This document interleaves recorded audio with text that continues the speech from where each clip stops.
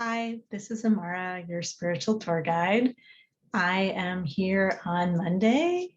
So happy Monday, happy Miracle Monday. And I had to call my credit card company today to change my address to my new address. And um, the woman who answered the phone said, "And how can I help you on this magnificent Monday?" And I thought, what a nice way to answer the phone. So this magnificent Miracle Monday, hello. I wanted to jump on and share some stuff that has been going on. I've been participating in another teacher's class, which has been really good and has um, brought up, so was Lisa Natoli, brought up a whole bunch of healing stuff for me, and that's been fantastic. I'm so excited about it. So I wanted to share some of the things I've been learning. They aren't, I don't know if it's exactly miracles, but it's definitely some, I walk with you, and I wanted to share some of the things that I have discovered in the last couple weeks. So I will start out by saying that my boyfriend's son had his wisdom teeth out, and 2 days later he had a fever, and then he seemed to have a cold, and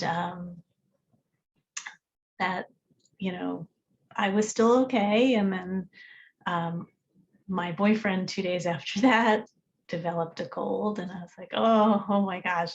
So I started taking echinacea, and I moved to a different room. I was trying to avoid them, and I did all this stuff to protect myself from getting sick, because if you if you get sick during a pandemic, everyone thinks you have the plague. So I was like, I'm not going to get sick. I'm not going to get sick. And what I realized was I was doing all this stuff to protect myself. And indeed, I don't need to protect myself, because I am spirit. I am not a body, and spirit can't get sick. So, my body can get sick, but I don't need to live in a state of fear that creates oh my God, oh my God, oh my God, because that, first of all, the state of fear just gives us stress, which makes us more susceptible to germs. And second of all, I forgot who I was. I'm the light. The light can't get sick. So, and I don't mean to say don't take medicine, or, don't do all the medical stuff you would normally do. I'm not saying that. But I did kind of go down this rabbit hole of fear. And I kind of want to share this, because sometimes people are like, oh, you're so calm, you're so peaceful, I can't be like that. Like, I'm human. I am human. I get that I have the same thing everyone else has. And so I went down this rabbit hole of fear of, I'm going to get sick. I'm not going to be able to be amongst people. I'm not going to be able to go do my job, my work. I'm not going to, be able to, I'm going to be a big fraud because I'm sick and I'm a spiritual person. And, all the stuff that can go on in your head when your ego takes over, and you forget who you are. You forget that you're the light, and I'm the light, you're the light, everyone's the light.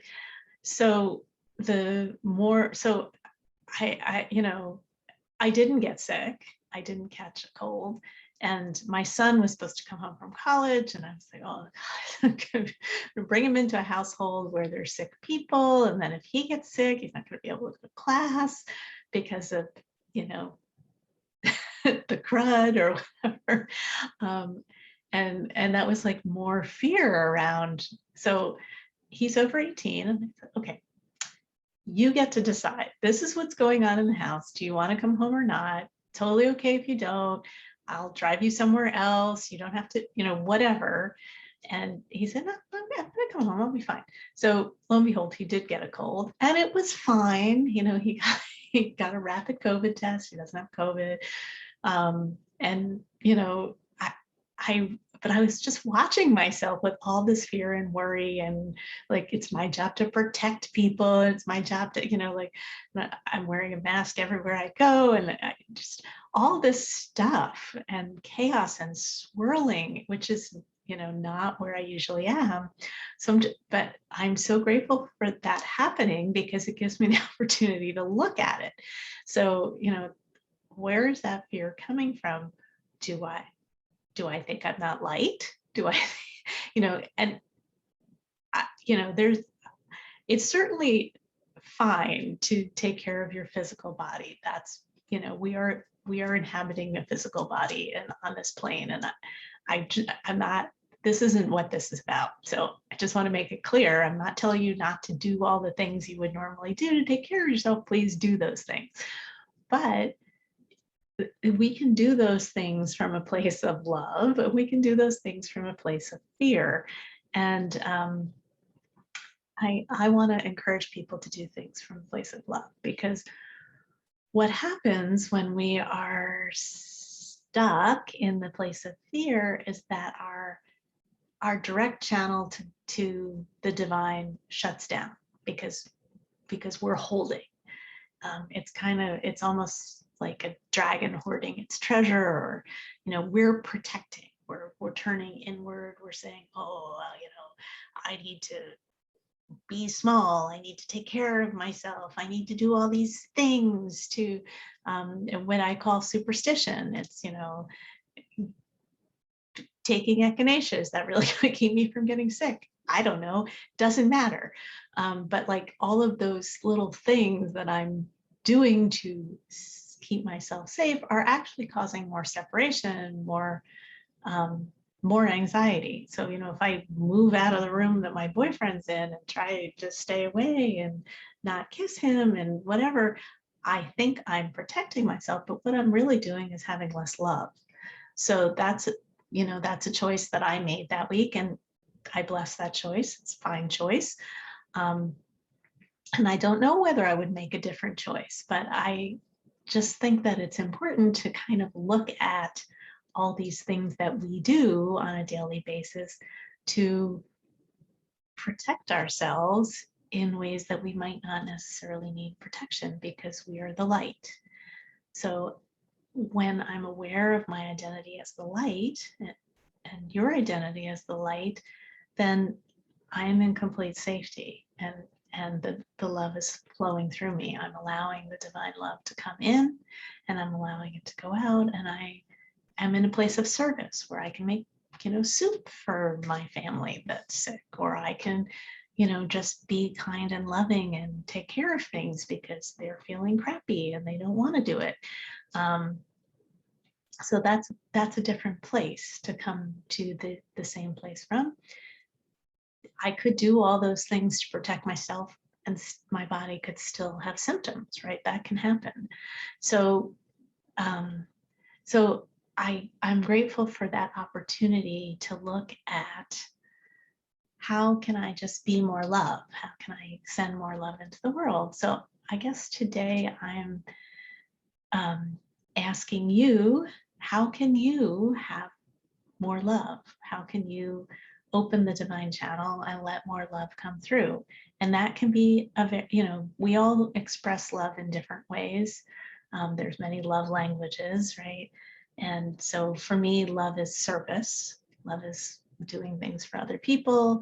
Love is, taking care of people, and, with boundaries, not to the detriment of myself, but I enjoy doing things for other people to take care of them in little ways. And, other people might have gifts as their love language, or compliments as their love language. And all of those are equally good. So whatever your love language is, make a conscious effort today to allow that language, that shining of love, to go into the world a little bit more. And you will have the miracle of experiencing the world with love. I read recently about a woman who is in the Mideast, and she's an aid worker, and She holds so much of the light that she goes into places where people are pointing guns at her so that she can be of service, so she can help.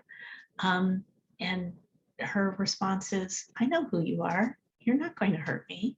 And that's where she, she's still alive. So, clearly there's a big difference between facing a cold, with that kind of energy and facing a gun with that kind of energy. But really, it is the same thing, that we can just know that we are safe with whatever's happening with our bodies, with whatever's happening around us, and allow ourselves to be in this place of no fear. And so that's kind of my message for today, that you too can be in a place of no fear, a place of love. And someone recently said to me, love feels like grieving to me. And I that was very interesting to me, because I couldn't understand it at first, but then I was sort of thinking about it, and I think that the way love might feel like grieving is if love and fear get kind of connected, right? That if you think that that somebody you love might die or might go away or might not be around. So it's like fear of rejection or fear of loss or fear of separation.